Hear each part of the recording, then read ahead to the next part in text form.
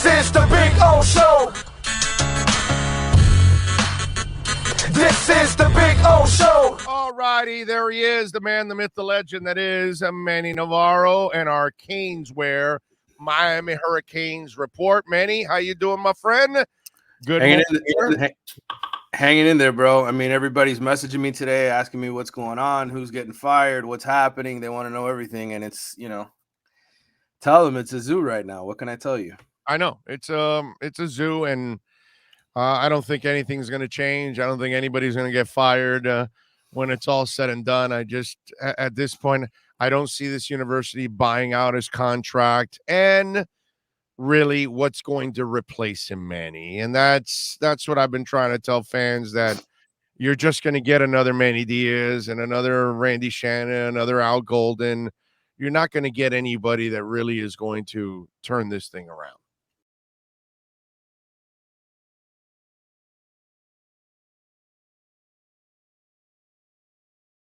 Yeah, I mean, I think number one, people need to understand that, to get somebody that's a really good coach, somebody that's a proven head coach, you're going to have to fork over a ton of money. And at this point, you get rid of Manny Diaz now, you got to pay him $8 million to go away. So that's 8 out of your pocket already.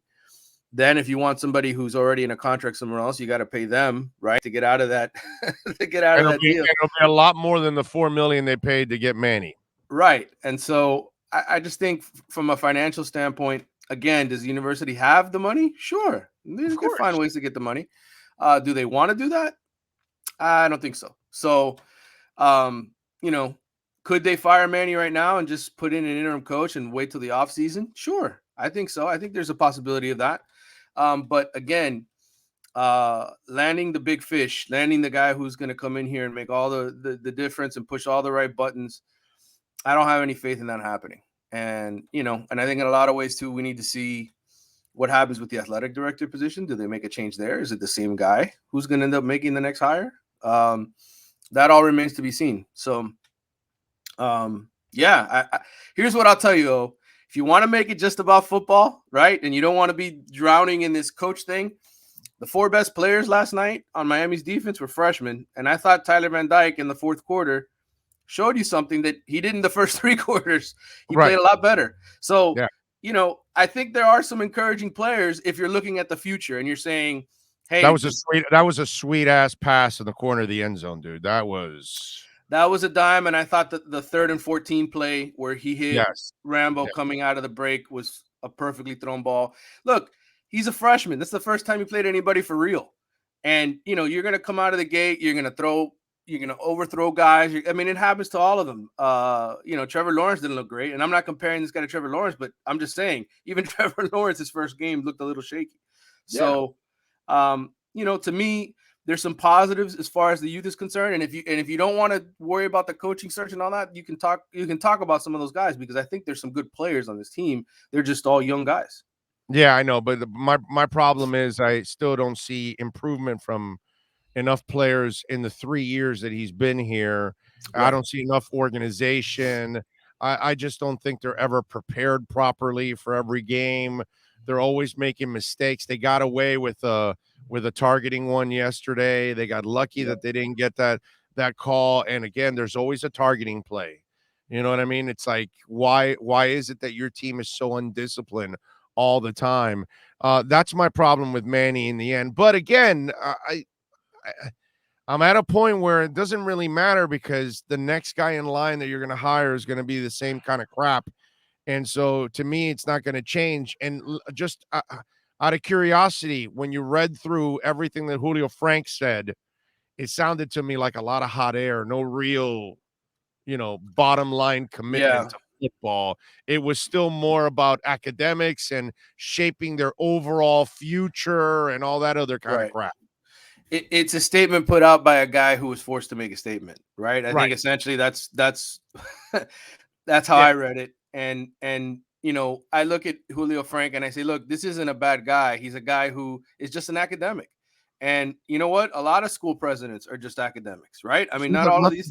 There's nothing wrong with that, okay? There's nothing wrong with that. They got medical buildings all throughout South Florida, so they're doing something right, dude.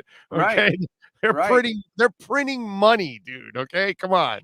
Yeah, and I look again. You can sit here and make comments like Herb Street did and say, there has to be a common vision between the president and the athletic director and yada yada yada.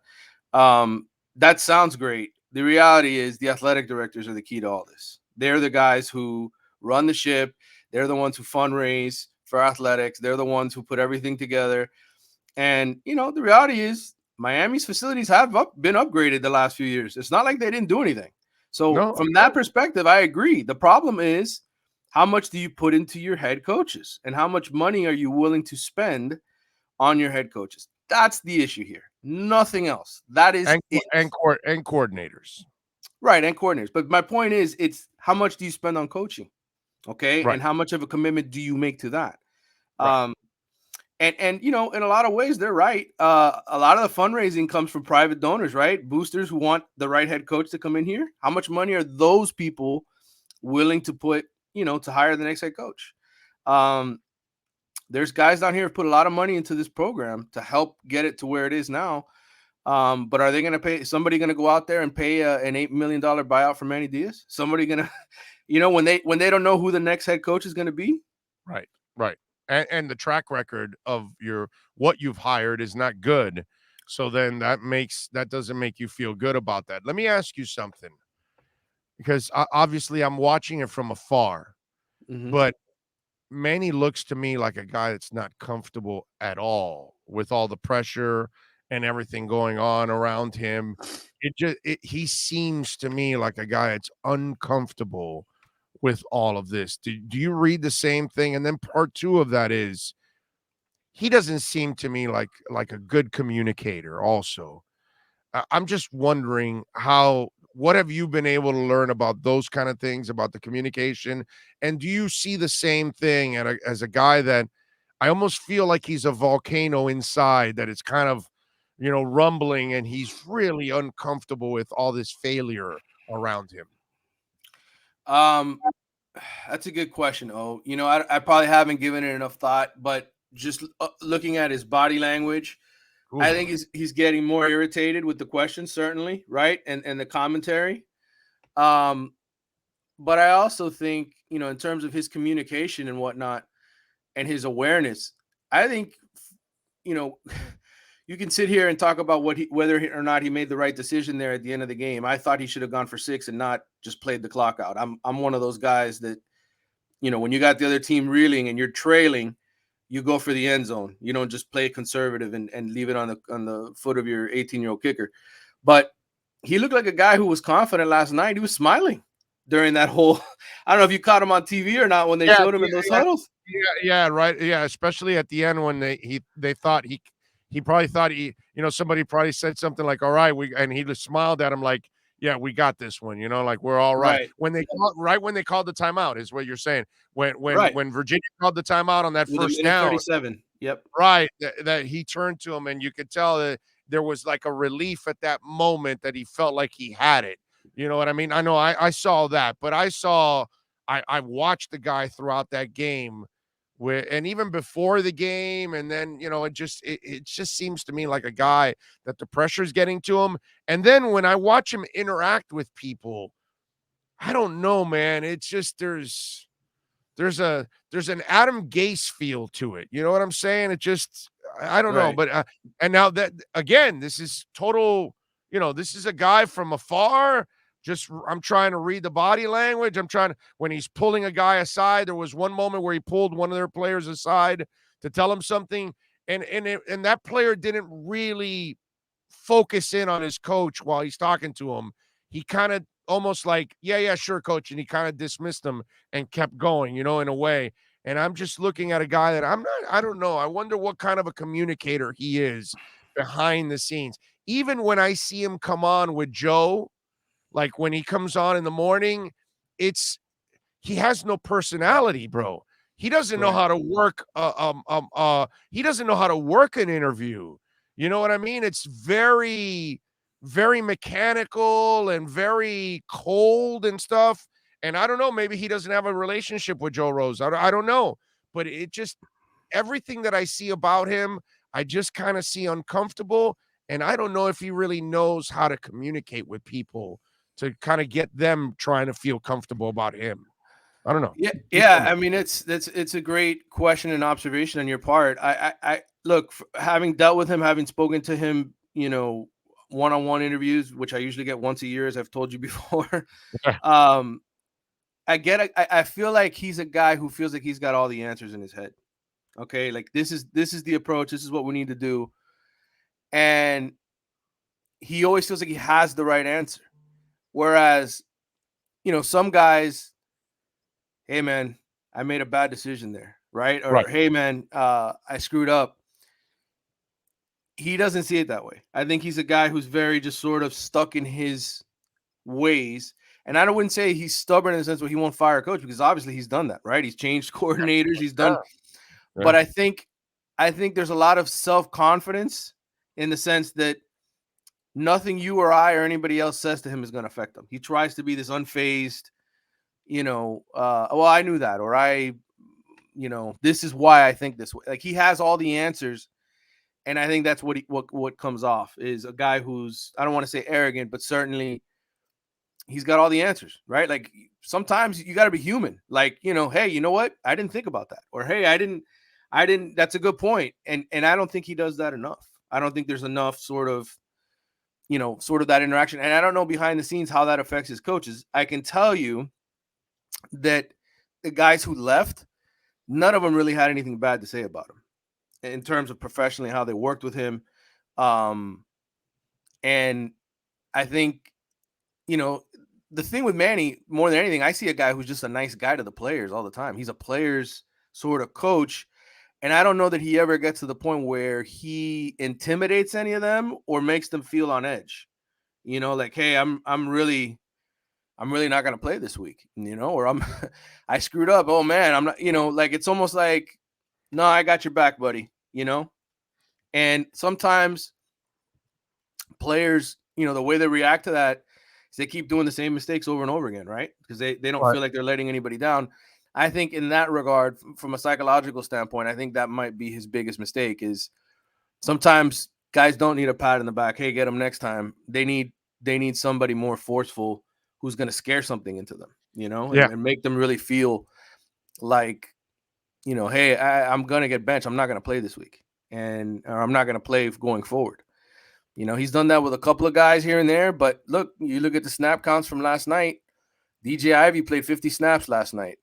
Gervin Hall played 64. It's the same dudes out there. Gervin Hall tackles when he's not supposed to and doesn't tackle when he's supposed to. Right. I know with Gervin Hall, bro. Hey, the four best players on defense, according to Pro Football Focus, that played last night. And I'm not talking about a handful of snaps, but they were part of the rotation. Cam Kitchens, number 1, freshman, 2021 recruit. Chance Williams, 2020 kid. Leonard Taylor played 21 snaps. He's 3rd, and then Corey Flagg, who had the pick on the good read where he stepped in front of the pass. Yeah. What does that tell you? None of the guys that he's been coaching, they haven't learned anything, bro. Like, they're just not getting better. They're going in reverse. Wow. All right. So before I let you go, will he make the mistake of going to Tyler Van Dyke? And I say that because the kid in De'Aaron King has sold his body and his eligibility out to this team, and he's done everything he possibly can. And he helps you win, there's no doubt. But last night, obviously, Van Dyke showed you something.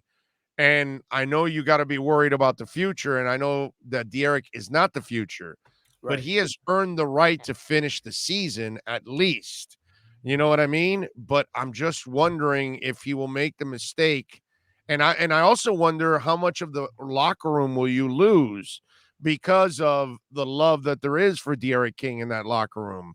So I'm wondering, and I know you could be, as a coach, you could be torn about, well, do I turn the page and, my season's pretty much shot now.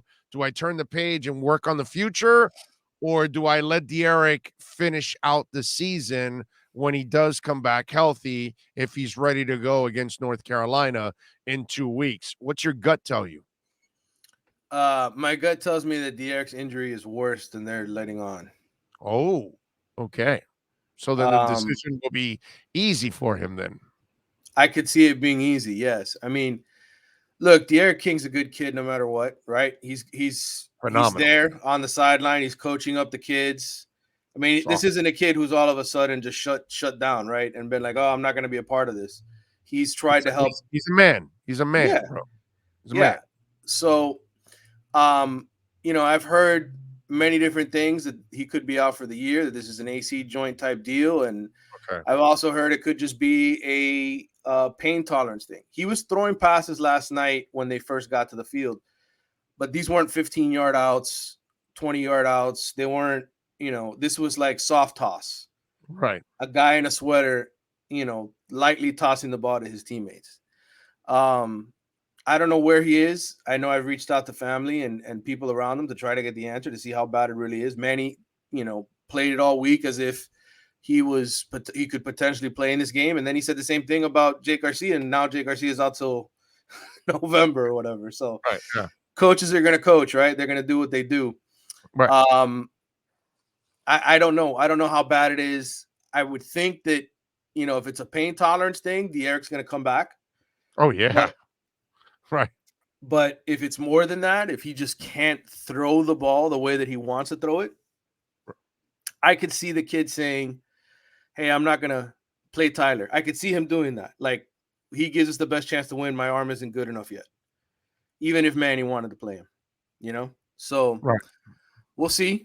We'll see what happens here the next 16 days. We'll see if any changes are made, who gets healthy, what happens. It's going to be wild, though.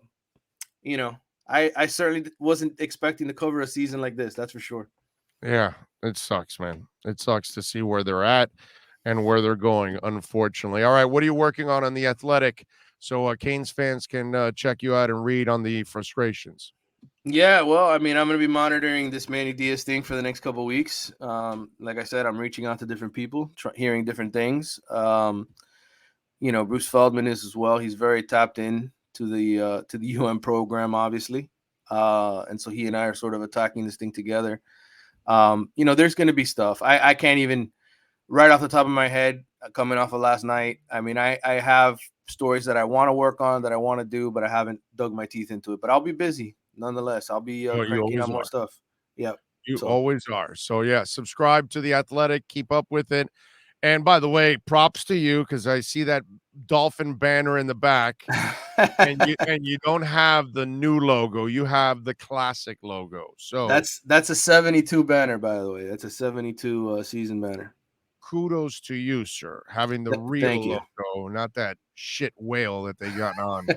Now I can't wait till they change that thing, dude. That is a terrible ass logo, man. We need to bring back. They got to bring back the old one, and I'm sure add a little of their own modern flair to it or whatever. But I think Garfinkel knows that he's got to bring back the old one. So eventually it'll come back. Manny, have a great weekend, my brother. Hang in there. Thanks. I know it's not easy to cover this stuff, man. I know you'd rather, people don't really understand that we'd rather cover winning. It's a lot more fun and a lot easier to cover people when they're winning. You know what I mean? Absolutely. Good moods, Exactly. So, exactly. I'm with you. All right, my brother. You be good. Thank you. You too, man. Take care. You got it. There you go. The great Manny Navarro.